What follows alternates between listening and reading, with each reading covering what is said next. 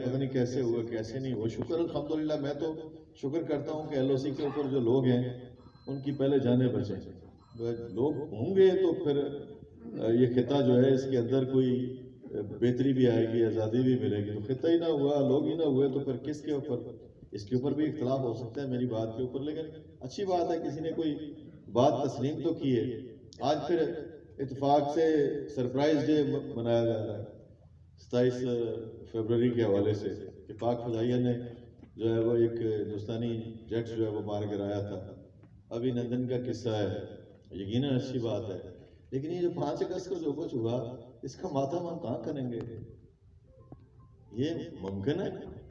یہ قوم کو پتہ ہے کہ 5 اگست 2019 کے بعد ہماری کیا پوزیشن ہے؟ ہماری شناخت کا مسئلہ ہے جس کا ذکر کیا حکیم کشمیری صاحب نے. خالد صاحب نے بھی اپنی باتوں میں تھوڑا سا اس کا اظہار کیا ہے. ہمارے جو کشمیر فورم کے سربراہ ہے یہاں پہ, انہوں نے بھی اظہار کیا ہے. شناخت کا مسئلہ ہے. جس بچے کو شناخت چاہیے وہ کتنی کی چھلانگیں مار سکتے ہیں.